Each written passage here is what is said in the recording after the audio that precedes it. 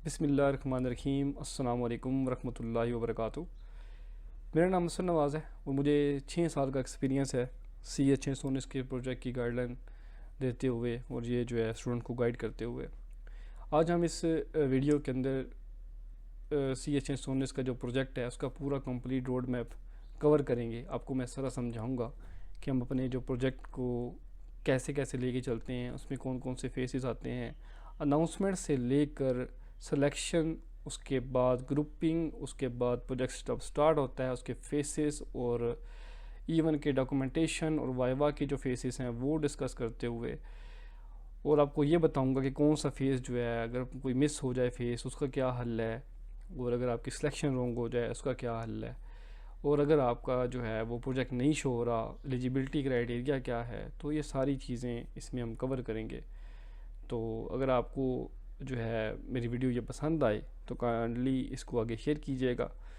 नीचे कोई मसला या इशू या कोई आपको समझ ना आए तो बेशक आप नीचे कमेंट कर सकते हो। कमेंट बॉक्स में मैं अपना व्हाट्सएप चैनल जो है उसका नंबर और ग्रुप आपको नीचे शेयर कर दूंगा, वो आपने ज्वाइन कर लेना है। आप डायरेक्ट भी मुझसे बात कर सकते हो, मेरा नंबर भी इसमें ग्रुप में मौजूद है। और बाकी आप बाकी जो स्टूडेंट्स होंगे उनसे भी आप डिस्कस कर सकते हो। जज़ाकल्लाह। तो स्टार्ट करते हैं जी। स्टूडेंट क्यों फेल होते हैं, वाई स्टूडेंट्स फेल। अगर बात की जाए इस टॉपिक के ऊपर कि स्टूडेंट जो है वो क्यों फेल होते हैं, सबसे जो इम्पोर्टेंट बात है वो होती है, सबसे जो इम्पोर्टेंट बात वो है रॉन्ग प्रोजेक्ट सिलेक्शन। ये अगर आपने कर लिया है तो आई थिंक सो आपके 50 टू 70 जो आपकी परसेंटेज है वो फेल होने की बन जाती है। उसके बाद अगर आपकी जो फेसेस होते हैं, इसके बेसिकली 4 फेस होते हैं, एक एसरेस, डिज़ाइन, प्रोटोटाइप और फाइनल डिलीवरेबल। इसकी अगर आपको मिसअंडरस्टैंडिंग है, आपको ये नहीं पता कि किस फेस का वाइवा होगा, आपको ये नहीं पता कि वाइवा किस चीज़ चैनल के ऊपर होगा, वाइवा देने के लिए क्या चीज़ें रिक्वायर्ड हैं, अपना जो प्रोजेक्ट है वो कैसे हमने एक्सप्लेन करना है, डॉक्यूमेंटेशन कहाँ सबमिट करवानी है, डेट्स कैसे देखनी है, उसके बाद अपनी जो विजुअल ईमेल आईडी है उसको चेक करना है या नहीं करना, अपने सुपरवाइज़र से बात करनी है कि नहीं करनी, ये सारी चीज़ें आपकी आती हैं फेसेस की मिसअंडरस्टैंडिंग के अंदर। तो ये आपको अंडरस्टैंड करना बहुत ज़रूरी है। और नॉलेज की कमी, अगर आपको CH619 से अगर आपने ये प्रोजेक्ट सेलेक्ट किया है तो इसमें अगर आप को नॉलेज नहीं है तो फिर भी ये आपका जो है फेल होने का बाइस बन सकता है। तो कोशिश करें आप जो है वो जितना हो सके नॉलेज इकट्ठा करें CH619 को लेके। ये पूरे साल का एक प्रोजेक्ट होता है जिसमें आपके 2 सेमेस्टर होते हैं। जिस सेमेस्टर में ये सिलेक्ट होगा आप ये समझें कि आप एलिजिबल हैं, कोर्स सिलेक्शन में ये शो हो जाता है आप एलिजिबल होते हो तभी ये सिलेक्ट होता है। तो वो जो CH619 प्रोजेक्ट होता है वो आपके 2 सेमेस्टर पर मुश्तमिल होता है, 6 क्रेडिट आवर का होता है। उसकी जो फ़ीस होती है आपने पहले सेमेस्टर के अंदर इकट्ठी वो उसके अंदर वो आ जाती है अकाउंट बुक के अंदर, वो आपने पे करनी होती है। और फिर आप जब नेक्स्ट सेमेस्टर में जाते हो तो आपको दोबारा ना तो CH619 सेलेक्ट करने की ज़रूरत होती है और ना तो उसकी दोबारा कोई फ़ीस आती है। हाँ अलबत्ता अगर आप फेल हो जाते हो, ठीक है, अगर आपके 3 पहले फेस पास होते हैं और जो चौथा फेस फॉर एग्ज़ाम्पल आप वाइवा के अंदर रह जाते हो, फिर आपके लगते हैं 6 महीने, आप विद इन सेमेस्टर आप उसको कवर कर पाओगे अगेन वाइवा देकर। और अगर आपकी पहले फेस में ही आप फेल हो जाते हो तो फिर समझिए कि आपका पूरा साल ही ज़ाया हो जाता है। आप उसको चलाते हो, नेक्स्ट जो है वो जो सेमेस्टर होता है वहीं से स्टार्ट हो जाता है, शुरू से फिर आपने डॉक्यूमेंटेशन सबमिट करवानी है और जाने हैं 3 फेज़ कंप्लीट करने हैं और फिर आपका आखिरी फेज़ फिर आता है अगले सेमेस्टर के अंदर। ऐसे स्टूडेंट जिनको CH619 जो है कोर्स सिलेक्शन में शो नहीं हो रहा तो उनको सबसे पहले एलिजिबिलिटी क्राइटेरिया का पता होना चाहिए कि मुझे जो प्रोजेक्ट है कोर्स सिलेक्शन में क्यों नहीं शो हो रहा। आपका जो CGPA है वो कम से कम 1.90 होना चाहिए BS के अंदर। I think so effective CGPA की यहाँ पे बात हो रही है। जो इफेक्टिव CGPA होता है वो आपका कम से कम 1.90 होना चाहिए। वो आई थिंक सो CGPA जो होता है, एक्चुअल CGPA जो होता है उससे थोड़ा सा ज़्यादा ही होता है, ठीक है। अगर आपका एक्चुअल CGPA 1.7 चल रहा है, ठीक है, तो इफेक्टिव CGPA उससे ज़्यादा होगा। अगर आपको कोई एक्सपेक्ट फेल हो ना तो उस वक्त ये इफेक्टिव CGPA आता है। तो यहाँ पे जो बात हो रही है इफेक्टिव CGPA के ऊपर हो रही है। आपका 1.90 इफेक्टिव CGPA हो और आपकी जो क्रेडिट आवर्स हैं वो तकरीबन 90 अर्न होने चाहिए। यानी कि 90 क्रेडिट आवर अगर आपके अर्न हैं तो फिर जो है वो आप एलिजिबल होते हो इसके लिए बीएस के अंदर। और अगर मास्टर में अगर आप देखो तो आपका वही सेम सीजीपीए सेम है, बट जो क्रेडिट आवर्स हैं वो कम से कम आपके 30 होने चाहिए। ये आज तक 2026 तक तो है फ़िलहाल यही रूल चल रहा है, ठीक है। आगे का मुझे नहीं पता, बट अभी फ़िलहाल यही चल रहा है और ये स्टार्टिंग से यही चल रहा है जब से ये स्टार्ट हुआ है। अगर आपको कोर्स सिलेक्शन में CS 619 शो हो रहा हो तो समझ ले कि आप जो है वो एलिजिबल हो। अगर नहीं हो रहा, ठीक है, तो फिर आप एलिजिबिलिटी क्राइटेरिया देखें, और अगर ये चीज़ें पूरी हैं, ठीक है, BS लेवल और मास्टर लेवल पे, फिर आप बेशक आप अपने सपोर्ट सिस्टम पे मेल करें, ठीक है, या CS 619 वालों को अपनी विजू वाली ईमेल आईडी से मेल करें, या सपोर्ट सिस्टम पे आप टिकट जनरेट कर दें, तो आपका ये वाला जो इशू है रिजॉल्व हो जाएगा। लेकिन कोर्स सिलेक्शन से पहले क्योंकि कोर्स सिलेक्शन के फ़ौरन बाद आपकी जब प्रोजेक्ट सिलेक्शन होती है तो फिर आप जो है समझने का आप एलिजिबल है ही नहीं। आप यही अपने माइंड में फिर बना लीजिएगा, क्योंकि फिर आपको प्रोजेक्ट मिलना ही को नहीं है। प्रोजेक्ट फ़्लो की बात करते हैं जी। CS 619 के अंदर जो प्रोजेक्ट का फ़्लो होता है वो होता है, सबसे पहले हम अनाउंसमेंट देखते हैं, ठीक है, उसके बाद प्रोजेक्ट सिलेक्शन, ग्रुपिंग, और फिर आपका प्रोजेक्ट स्टार्ट होता है। ये बात अपने माइंड में बिठा लें कि जो प्रोजेक्ट सिलेक्शन के अंदर जो अनाउंसमेंट होती है ये बड़ी इंपॉर्टेंट है। आप प्रोजेक्ट सेलेक्ट ही नहीं कर पाओगे जब तक आप अनाउंसमेंट नहीं देखोगे। इसलिए मैंने कहा था कि आपकी अगर फेसिस की मिसअंडरस्टैंडिंग है, आपको नॉलेज नहीं है अपने प्रोजेक्ट के अबाउट, तो फिर आप फेल हो सकते हो। अनाउंसमेंट ये बाकी सब्जेक्ट की तरह इसकी अनाउंसमेंट नहीं आती कि जैसे वो असाइनमेंट कोई भी आपका सब्जेक्ट है उसकी कोई असाइनमेंट अनाउंसमेंट आ गई है तो वो फिर आप जो है वो स्किप कर दो, ना भी देखो तो कोई मसला नहीं है। इसकी अगर आपके अनाउंसमेंट मिस की तो आप समझें कि आपका जो है वो काफ़ी लॉस हो सकता है। लाइक जैसे कि फॉर एग्जांपल यहाँ पे वाइवा की डेट आई पड़ी है अनाउंसमेंट के अंदर और आपको पता ही नहीं है आपका वाइवा कल है, ठीक है, तो आप वाइवा नहीं दोगे तो फेल हो। अगर आपको ये नहीं पता कि प्रोजेक्ट की जो सिलेक्शन है उसकी डेट कब ओपन होनी है तो आप फिर भी फेल हो। आपको ये नहीं पता कि मैंने जो प्रोजेक्ट है वो किस जो है मोड के ऊपर देना है, मैंने MS टीम पे देना है या गूगल मीट के ऊपर देना है या स्काइप की जैसी भी जो भी चीज़ उसके ऊपर देना है। अनाउंसमेंट के अंदर ही आपकी हर चीज़ जो है वो आपको इन्फॉर्मेशन जो है वो आ रही होती है। डेट्स वाई CS 619 का अनाउंसमेंट जो टैब होता है, जो बटन नीचे बना होता है असाइनमेंट के नीचे, असाइनमेंट के साथ जो होता है वो, उसको आपने स्किप नहीं करना, ठीक है। अगर उसमें कोई भी अनाउंसमेंट आती है तो वो आप डेली रीड करोगे, उसको लाजमी रीड करें। अगर आपको प्रॉब्लम आती है अनाउंसमेंट रीड करते हुए समझ नहीं आ रही होती तो इसी वीडियो के कमेंट के अंदर या डिस्क्रिप्शन के अंदर मैं अपना जो व्हाट्सएप चैनल है या व्हाट्सएप ग्रुप है वो दोनों के लिंक दे दूंगा, आप ज्वाइन करें। आप डायरेक्ट भी मुझसे बात कर सकते हो, मुझसे वो रीड करवा सकते हो, मुझसे वो पूछ सकते हो, सही है। अनाउंसमेंट की मैं इसलिए ज़ोर दे रहा हूँ कि ये बड़ा इंपॉर्टेंट है। इसी के अंदर आपकी कस्टमाइज प्रोजेक्ट की मेल आती है या अनाउंसमेंट आती है, इसी के अंदर आपकी प्रोजेक्ट सिलेक्शन की लिस्ट आएगी PDF फाइल के अंदर, अभी आने वाली होगी कुछ ही दिनों के बाद, कस्टमाइज प्रोजेक्ट के बाद आती है वो। उसके बाद इसी के अंदर ही प्रोजेक्ट सिलेक्शन की डेट आएगी, ठीक है। वो आई थिंक सो जो है वो कोर्स सिलेक्शन की जब डेट एंड होती है ना, फ़ौरन ही उसके अगले दिन जो है आपका प्रोजेक्ट सिलेक्शन जो है वो ओपन हो जाता है फ़ौरन ही, जो हमारे वो होते हैं ऑफर्ड प्रोजेक्ट होते हैं वो सारे। उसके बाद आगे बात की जाए तो आपको जो वाइवा की डेट्स वगैरह होती हैं वो भी इधर आती हैं, ठीक है। एक तो अनाउंसमेंट बड़ा इंपॉर्टेंट है भाई, ये आपने लाजमी देखना है। उसके बाद आपको आती है जो आपकी विजू वाली ईमेल आईडी होती है उसको भी लाजमी लॉगिन किया करें, ठीक है। तो अनाउंसमेंट जो है इतना इंपॉर्टेंट है, डेली बेसिस पे अनाउंसमेंट पढ़ते करा करें, ये बड़ा इंपॉर्टेंट है, ये इसको आपने स्किप नहीं करना। और जहाँ पे मैंने एक बात यूज़ की है कस्टमाइज प्रोजेक्ट या कस्टम प्रोजेक्ट, वो क्या होता है, तो वो भी हम अभी इसी वीडियो के अंदर हम कवर करेंगे, ठीक है, कि कस्टम प्रोजेक्ट और ऑफर जो प्रोजेक्ट है इन दोनों में क्या फ़र्क है और ये क्या होता है। प्रोजेक्ट सिलेक्शन जो होती है उसमें दो चीज़ें होती हैं, एक तो आप कस्टम प्रोजेक्ट जो है ना वो चूज़ कर सकते हो, एक होता है ऑफर प्रोजेक्ट। ऑफर जो प्रोजेक्ट होता है ये दोनों चीज़ें आपके अनाउंसमेंट टैब के अंदर आती हैं, ठीक है। मैंने इसलिए कहा था अनाउंसमेंट टैब बड़ा इंपॉर्टेंट है।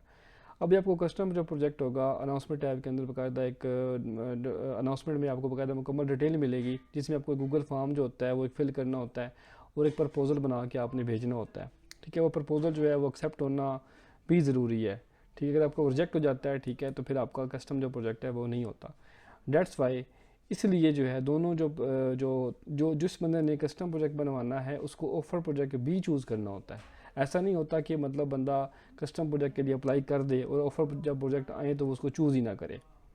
अगर ये रिजेक्ट हो जाएगा तो फिर आपको ऑफर जो प्रोजेक्ट होता है वो चूज़ करना होता है। अगर दोनों आपके एक्सेप्ट हो जाते हैं, ठीक है, ये भी एक्सेप्ट हो गया और ये भी एक्सेप्ट हो गया, तो फिर कम से कम आपके पास चांस होता है कि आप दोनों में से कोई एक जो है वो चूज़ कर सकते हो। जिसको चूज़ करना होगा उसको चूज़ कर लें, बाकी को बीच में से आप रिमूव करवा दें। डेट्स वाई दोनों जो है, अगर जिस बंदे ने कस्टम प्रोजेक्ट चूज़ किया है तो उसको ये भी चूज़ करना पड़ेगा लाजमी, और जिसने ऑफ़र करना है तो उसके लिए ज़रूरी नहीं है कि वो कस्टम की रिक्वेस्ट भेजे ना भेजे, डिपेंड करता है आपके ऊपर। डेट्स वाई ये अपने माइंड में बिठा लें कि अभी कस्टम प्रोजेक्ट की लिस्ट आएगी, सॉरी अनाउंसमेंट आएगी, तो उसमें आपका कस्टम प्रोजेक्ट चूज़ हो सकता है। उसके साथ फिर आपको ऑफ़र प्रोजेक्ट भी चूज़ करना होगा। प्रोजेक्ट फेसेस,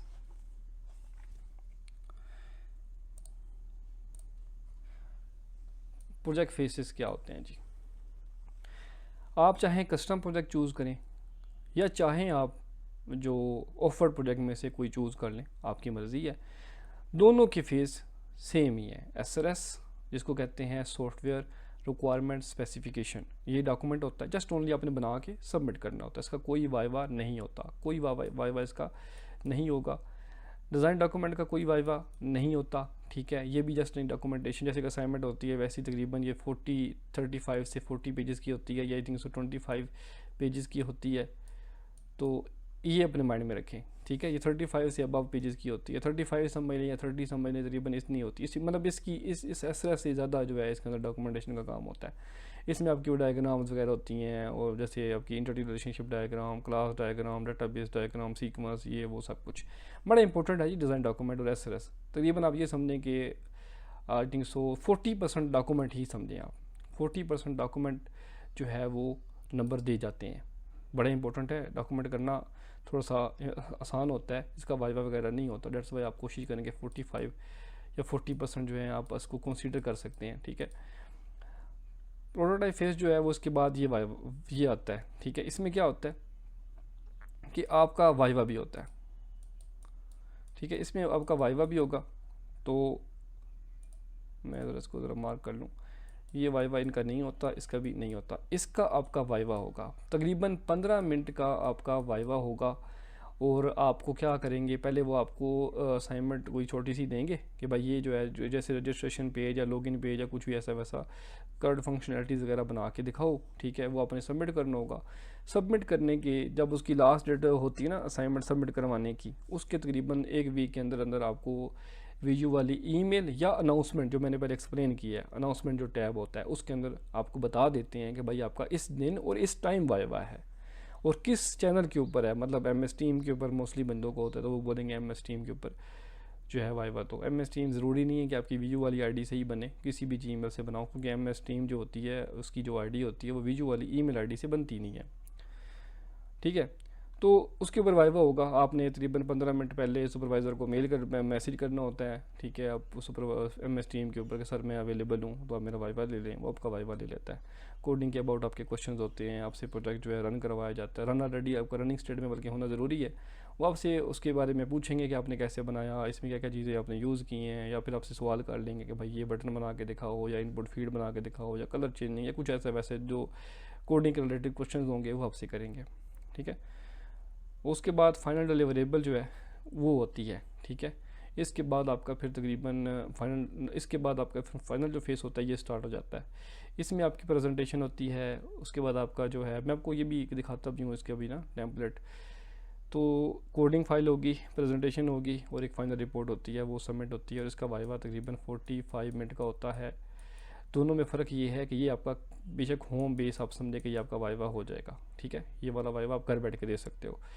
फाइनल डिलीवरेबल जो होती है, इसका वाइवा जो होता है बेसिकली कैंपसेस के अंदर होता है, जो उनके ओन कैंपसेस होते हैं उसके अंदर होगा, ठीक है।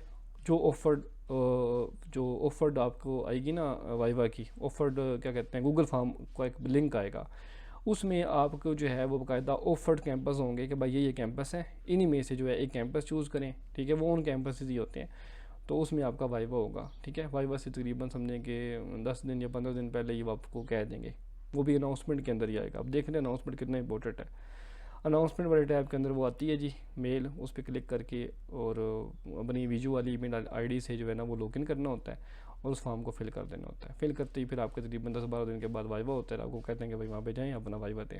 फिर आपको वहाँ उसी कैंपस में जाके लैपटॉप लेके जाना है, और वाइवा वहाँ पे भी ऑनलाइन ही होता है। ये नहीं कि वहाँ पे आपके सामने कोई फिजिकल बंदे या सुपरवाइज़र बैठा होता है, वो कैमरा वगैरह लगा होता है और लैपटॉप पे वाइवा होता है। आपका अपना लैपटॉप का कैमरा भी होना चाहिए, माइक वगैरह ये सब कुछ ठीक हो। और जो ये वाइवा होता है ये तकरीबन घर बैठ के होता है, लेकिन ये भी ऑनलाइन ही होता है। दोनों ही आपके ऑनलाइन वाइवा होते हैं, ठीक है। और इस ये जो होता है इसमें जस्ट कोडिंग का वाइवा होता है, लेकिन यहाँ पे फाइनल डिलीवरेबल के अंदर आपका डॉक्यूमेंट सॉरी जो आपकी प्रेजेंटेशन होती है वो भी ली जाती है, कोडिंग भी ली जाती है, और एक आपका फेवरेट सब्जेक्ट होता है वो आप चूज़ करते हो, ठीक है। और उसके अबाउट आपसे सवाल किए जाएंगे कि आपका फेवरेट सब्जेक्ट है तो आप बताएंगे मतलब उसमें क्या क्या चीज़ें आपने पढ़ी हैं और वगैरह वगैरह, जो भी मतलब जैसे सर आपसे क्वेश्चन नॉर्मल करते हैं कि what is computer, what is input devices, what is output, इस टाइप के आपसे सवाल होंगे। तो ये बेसिकली पूरी जो है फिर प्रोजेक्ट की फेसेस की अंडरस्टैंडिंग थी, जो मैंने आपको बता दी। सारी चीज़ें आपने सबमिट लाजमी करवानी है ऑन LMS, ठीक है। LMS के ऊपर ये चीज़ें सबमिट होती हैं, विजुअली ईमेल आईडी से या उससे नहीं होती। मैं आपको भी दिखाता भी हूँ आगे।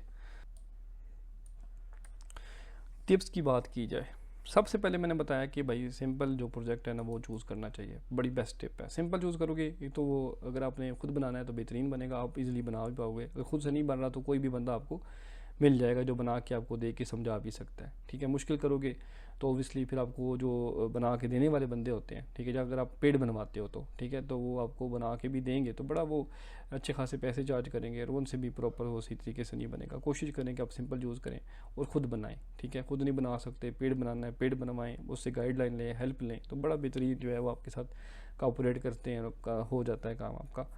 उसके बाद डॉक्यूमेंटेशन जो है ना ये स्ट्रॉन्ग रखो, ठीक है। जितनी हो सके डॉक्यूमेंटेशन के बारे में नॉलेज लो, ठीक है। मेरे इसी चैनल के ऊपर SRS की पूरी प्लेलिस्ट पड़ी है, अगर आप देखोगे तो आपको आई थिंक सो खूब समझ आएगी उस चीज़ की।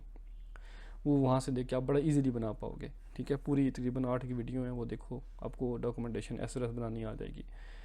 अगर नहीं आती, ठीक है, बेशक आप मुझसे भी हेल्प ले सकते हो, ठीक है। अगर पेड बनवानी है तो बेशक आप पेड भी बनवा सकते हो, मुझसे पेड बनवा सकते हो, ठीक है। अगर समझना है कि भाई हमको समझ नहीं आ रही हमारे प्रोजेक्ट के अबाउट जो है SRS आप जो है हमें बनाना सिखाओ, वो भी क्लासेस में देता हूँ ऑनलाइन, तो आपको सिखा सकता हूँ कि वो कैसे कैसे बनती हैं। बाकी अपने सुपरवाइज़र से भी आप रब्ता करके उनसे भी हेल्प ले सकते हो। और उसके बाद आता है ग्रुपिंग जो है ना वो केयरफुली करनी चाहिए। ग्रुपिंग में मेरा बस यही कमेंट होगा कि उससे करो जिसको आप या जानते हो या उसके साथ आपको कोई ना कोई ताल्लुक हो। इंपॉर्टेंट रूल्स की बात की जाए तो कोशिश करें कि अपनी जो असाइनमेंट्स जो आपकी चारों फेस आते हैं उनको लाजमी सबमिट करवाएं, अदरवाइज़ एक भी मिस की ना तो आपको फेल होने के चांसेस जो है ना बढ़ जाते हैं, ठीक है। अगर आपने SRS सबमिट नहीं करवाया तो हो जाता है कि शायद आपको पास कर दें 0 मार्क्स, कुछ ना कुछ आपका 75 फिर भी आपके पास होते हैं, नंबर होते हैं। आई थिंक सो 85 तक नंबर आपके पास, सॉरी 200 मार्क्स का ये होता है ना, तकरीबन आप 85 समझें कि आपके पास परसेंटेज फिर भी बच जाती है, चांसेस होते हैं 85% आप पास हो जाओगे, ठीक है। कोशिश करें कि 100% ही अवेल करें, ठीक है। डिज़ाइन डॉक्यूमेंट भी सबमिट करवाओ और अपने सारे फेसेस, और वाइवा ना दिया कोई वाइवा देना तो बहुत इंपॉर्टेंट है। अगर आपने एक भी वाइवा, 2 वाइवा होते हैं, दोनों में से कोई एक भी फेल किया या ना दिया, ठीक है, तो समझे कि आप फेल ही हैं। फिर प्रोजेक्ट सिलेक्शन जो है कैसे होती है ज़रा ये हम समझ लेते हैं प्रैक्टिकली। देखो आपके CA 619 के अंदर असाइनमेंट टैब जो है, जब आपकी प्रोजेक्ट सिलेक्शन ओपन होती है तो असाइनमेंट टैब पे आपने क्लिक करना होता है। आई थिंक ये समझिए कि जब आपकी प्रोजेक्ट सिलेक्शन ओपन होगी ना तो आपको वैसे वो कहेंगे कि 10 बजे ओपन होगी या 9 बजे ओपन होती है, अनाउंसमेंट में वो आ जाती है डिटेल। तो आपने सुबह सुबह ही जो है बेशक मॉर्निंग के अंदर 7:30-8 बजे अपना LMS एक्टिव करके बैठ जाए पहले से ही, ठीक है। उसके असाइनमेंट टैब पे क्लिक करते रहें, ठीक है। ऐसे करके आपके सामने जो है वो प्रोजेक्ट सिलेक्शन का लिंक जो है ना वो ओपन होता है, ठीक है। ऐसे करके होगा, आप असाइनमेंट टैब पे क्लिक करेंगे, ऐसे करके लिस्ट ओपन होती है, इसमें आपके सामने प्रोजेक्ट जो है वो आना स्टार्ट हो जाएंगे। जो आपको प्रोजेक्ट मिलता है, ईजी मिलता है, उस पर क्लिक करें, क्लिक करेंगे, चूज़ पे क्लिक करेंगे, ठीक है। उसके बाद ओके पे क्लिक करेंगे और आपका जो प्रोजेक्ट है वो सिलेक्ट होगा, तो आपको ऐसे करके मैसेज भी आ जाएगा, ठीक है। और आप एक्सेप्टेड लिखा हुआ ऐसे करके आ जाएगा, ठीक है। अच्छा आपको एक मैं टिप दे देता हूँ, देखो आपको कोई भी प्रोजेक्ट मिलता है ना जिसकी आपको समझ, देखो जब प्रोजेक्ट स्टार्ट होते हैं तो समझ नहीं आती कि मैंने जो माइंड में रखा हुआ था वो मिलता जुलता भी हो सकता है माइंड, लेकिन उसकी डोमेन चेंज होती है, कई दफ़ा ऐसा हो जाता है। तो आपने एक दफ़ा एक्सेप्ट लाजमी कर लेना है। उसके बाद बेशक आप चाहो उसको यहाँ पे क्लिक करके फाइल को रीड करो, जो आपने चूज़ किया क्या ये वही है, ठीक है। उसकी डोमेन वगैरह चूज़ करने के बाद अगर फील होता है कि नहीं ये रॉन्ग है तो आप लीव कर दो, फिर आप दोबारा चूज़ कर सकते हो, ठीक है। आसान है, इतना मुश्किल को नहीं है, लीव करने का बटन होता है। अगर एक्सेप्टेड लिखा आ गया इसका आप स्क्रीनशॉट लेके अपने पास सेव कर लें या मुझे आप भेज दें, मैं आपको बता दूंगा कि आपने जो प्रोजेक्ट चूज़ किया वो ठीक है या रॉन्ग है, जो भी है, ठीक है। उसके बाद अगर लीव करना चाहें तो लीव पे क्लिक करें, ओके पे क्लिक करें, लीव हो जाएगा। सीट्स जो होती हैं ना इसकी बहुत जल्द फिल होती हैं। यहाँ पे आपको तकरीबन सीट शो हो रही होंगी, आई थिंक सो, जब आप सेलेक्ट करोगे तो 35 के नॉट बट शो होंगी। क्लिक करते ही फ़ौरन ज़ीरो जाती हैं, फ़ौरन ही ज़ीरो, यकीन करें। तो उसके बाद यहाँ पे ग्रुपिंग होती है, ठीक है। ग्रुपिंग मैंने बता दी है। ग्रुपिंग करने का तरीकाकार ये होता है कि आपके सामने जब वो जो आपका सेम प्रोजेक्ट होगा उसके ऐसे खुद बंदों की रिक्वेस्ट भी आई होती हैं, वरना आप भी जो है वो रिक्वेस्ट जो है वो सेंड कर सकते हो किसी को भी, ठीक है। आपको वही सिर्फ स्टूडेंट शो होंगे जिनका सेम प्रोजेक्ट होगा, ठीक है। जानने वाले होंगे, कैंपस कोड देख लीजिएगा, ठीक है, CGP वगैरह देखिएगा, ओके हो तो आप बेशक उसको रिक्वेस्ट सेंड करें, ओके करें और यस कर दें, ठीक है। ग्रुपिंग आपकी हो जाती है। ऐसे करके मैसेज आएगा, रिसीव पे क्लिक करके आप एक्सेप्ट कर सकते हो। तो ये इतना कोई लंबा चौड़ा या मुश्किल काम नहीं है। जब आप ये कर लोगे, ठीक है, फिर कुछ ही दिनों के बाद, मतलब तकरीबन 3-4 दिन, जब आपकी प्रोजेक्ट सिलेक्शन की डेट गुजर जाएगी और आपकी ग्रुपिंग की डेट भी गुजर जाएगी, तो उसके बाद आपको ऐसे करके फेस आएगा जिसमें ग्रुप आईडी लिखी होगी, टेस्ट जो प्रोजेक्ट फेस होगा उसकी आईडी लिखी होगी। इस पर क्लिक करेंगे, पूरी फाइल डाउनलोड करके चेक भी कर सकते हो कि रिक्वायरमेंट पूरी है कि नहीं है। और देन उसके बाद आपको ऐसे करके इंटरफेस शो होगा, ठीक है। इसमें SLS, design document, test phase, final deliverable, ये आपको शो हो रहे होंगे। स्टार्टिंग डेट, एंडिंग डेट भी मेंशन होती है, वो आप चेक कर सकते हो। मतलब कि आप ये समझें कि एसएलएस जो है तकरीबन आपको 20 दिन मिलेंगे, 18 से 20 दिन बड़ी मुश्किल से मिलते हैं। आपने वो एसएलएस बना के सबमिट करवानी होती है, ठीक है। उसके बाद फिर आपका जब ये रिजल्ट इसका मार्कस कंप्लीट आता है, ठीक है, ऐसे यहाँ पे या नीड इम्प्रूवमेंट आएगा तो मतलब आप फेल हो, फिर आप दोबारा सबमिट ही नहीं करवा सकते। दोबारा यहाँ पे सबमिट का ऑप्शन ओपन रहता है, ये वाला ओपन ही नहीं होता। अगर यहाँ पे मार्कस कंप्लीट आ जाता है तो फिर आपका ये वाला बटन जो होता है वो नीचे आ जाता है यहाँ पे, फिर आप सबमिट यहाँ पे दोबारा करवा सकते हो। सॉरी, यहाँ पे अगेन डिज़ाइन डॉक्यूमेंट आप बनाओगे, मार्कस कंप्लीट आना ज़रूरी है, ठीक है। उसके बाद आप डिज़ाइन डॉक्यूमेंट सबमिट करवा सकते हो। तकरीबन इसके लिए आपको दिन मिलेंगे, आई थिंक सो 50 तक आपको डेज़ मिल जाते हैं। तो डिज़ाइन डॉक्यूमेंट आप बना के सबमिट करवाओगे। इसी मैथ थीसिस का भी मार्कस कंप्लीट आना ज़रूरी है। इस तरह टेस्ट फेस होता है, ठीक है, जिसको हम कहते हैं प्रोटोटाइप फेस। वो वैसे अभी यहाँ पे पुरानी फाइल है इसलिए यहाँ पे टेस्ट फेस लिखा हुआ है। तो उस पर क्लिक करेंगे, फाइल यहाँ पे आपकी सबमिट करवानी है। मार्कस कंप्लीट होता है तो मतलब आपका पूरा एक जो 6 महीने है उसका पूरा एक सेमेस्टर आपका यहाँ तक कंप्लीट हो चुका है। फिर नेक्स्ट सेमेस्टर में आपका ये फाइनल डिलीवरेबल आता है। तकरीबन आप ये समझें कि इसके लिए आपको वो डेज़ देते हैं 50 या 60 या 2 मंथ आप समझ लेंगे आपको देते हैं बनाने के लिए। इसके लिए तकरीबन आपको देंगे 20 दिन या 21 दिन देंगे ये बनाने के लिए, ठीक है। 21-22 दिन के बाद जब आपकी लास्ट डेट गुजर जाती है, जैसे 2 नवंबर लिखा हुआ है, 2 नवंबर के फ़ौरन 3 या 4 नवंबर को आपको मेल आती है या अनाउंसमेंट टाइप के अंदर आपको अनाउंसमेंट आ जाएगी कि आपका जो वाइवा है वो फना दिन होने वाला है, तो आपने वाइवा देना होगा, ठीक है। बस ये तरीकाकार है। फिर इस तरह करके फाइनल वाइवा देना है।